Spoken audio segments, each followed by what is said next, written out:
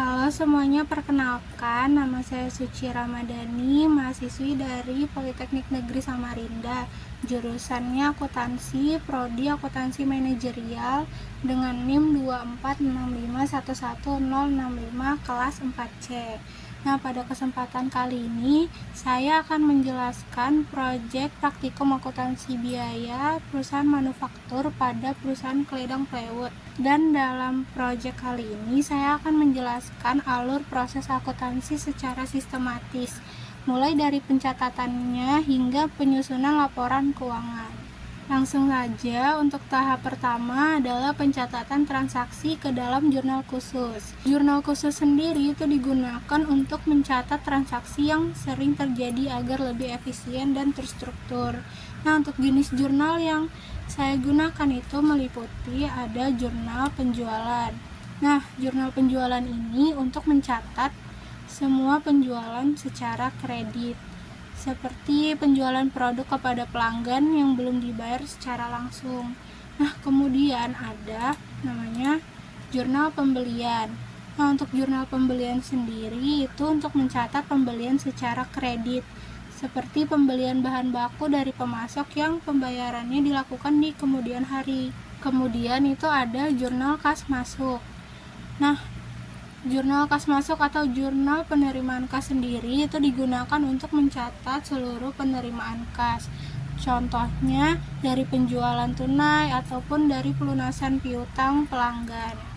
Nah, selanjutnya ada jurnal pengeluaran kas atau jurnal kas keluar. Nah, jurnal kas keluar sendiri itu untuk mencatat seluruh pengeluaran kas perusahaan. Contohnya pembayaran gaji karyawan, lalu ada pembayaran utang ataupun pembelian bahan baku secara tunai. Nah, jadi dengan adanya jurnal ini, pencatatan transaksi menjadi lebih sistematis dan memudahkan proses selanjutnya. Kemudian ada juga yang namanya jurnal pemakaian bahan. Jadi jurnal pemakaian bahan ini untuk mencatat penggunaan bahan baku dalam proses produksi. Contohnya bahan baku kayu yang diambil dari gudang untuk digunakan dalam proses produksi plywood. Tahapan selanjutnya adalah pencatatan ke dalam buku pembantu. Jadi, buku pembantu sendiri itu berfungsi untuk merinci akun tertentu agar informasi yang dihasilkan lebih detail.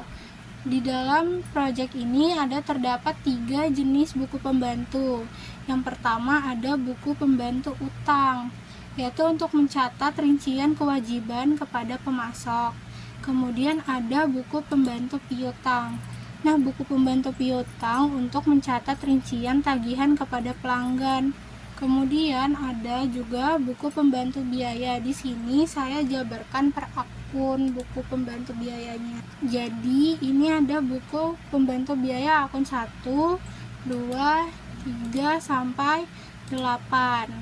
Nah, buku pembantu biaya sendiri itu untuk mencatat dan mengelompokkan berbagai biaya operasional dan produksi. Setelah itu, seluruh transaksi dari jurnal diposting ke dalam buku besar. Nah, buku besar itu berfungsi untuk mengelompokkan transaksi ke dalam masing-masing akun dan mengetahui saldo akhir setiap akun. Berdasarkan buku besar disusunlah neraca saldo awal yang berisi seluruh saldo akun sebelum dilakukan penyesuaian. Oke, selanjutnya adalah kartu persediaan. Jadi, kartu persediaan sendiri itu digunakan untuk mencatat mutasi bahan baku, baik yang masuk maupun yang keluar, sehingga dapat diketahui jumlah dan nilai persediaan secara akurat. Lalu setelah itu dilakukanlah alokasi biaya atau bahan ke bagian produksi. Ini dia. Tujuannya itu adalah untuk mengetahui penggunaan bahan dan biaya secara lebih rinci dalam proses produksi. Lalu setelah dibuat alokasi biaya, kita buat lagi jurnal penyesuaian atau jurnal memorial.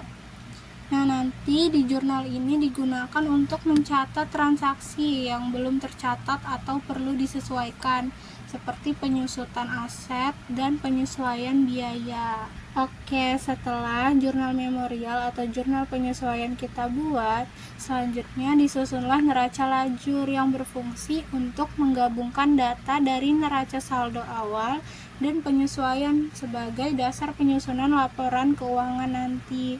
Dan pada tahap ini juga dilakukan analisis biaya produksi.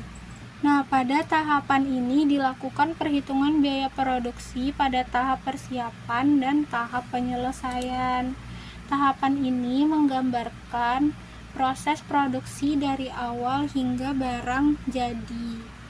Selanjutnya, berdasarkan data tersebut disusunlah laporan laba rugi untuk mengetahui pendapatan dan beban perusahaan serta laba ataupun rugi yang diperoleh dari perusahaan. Ini dia laporan laba ruginya. Nah, setelah dibuat laporan laba rugi, kita buat yang namanya laporan laba ditahan. Laporan laba ditahan ini menunjukkan perubahan laba selama periode berjalan. Kemudian tahapan terakhir adalah penyusunan laporan posisi keuangan atau laporan neraca. Nah, di sini di laporan ini menunjukkan aset, kewajiban, dan ekuitas perusahaan ini. Jadi, dari seluruh proses tersebut dapat disimpulkan bahwa akuntansi perusahaan manufaktur memiliki alur yang sistematis dan saling berkaitan. Setiap tahap memiliki peran penting dalam menghasilkan laporan keuangan yang akurat, terutama dalam pengelolaan persediaan dan biaya produksi. Demikian penjelasan dari saya. Terima kasih, mohon maaf jika ada salah kata ataupun kekurangan.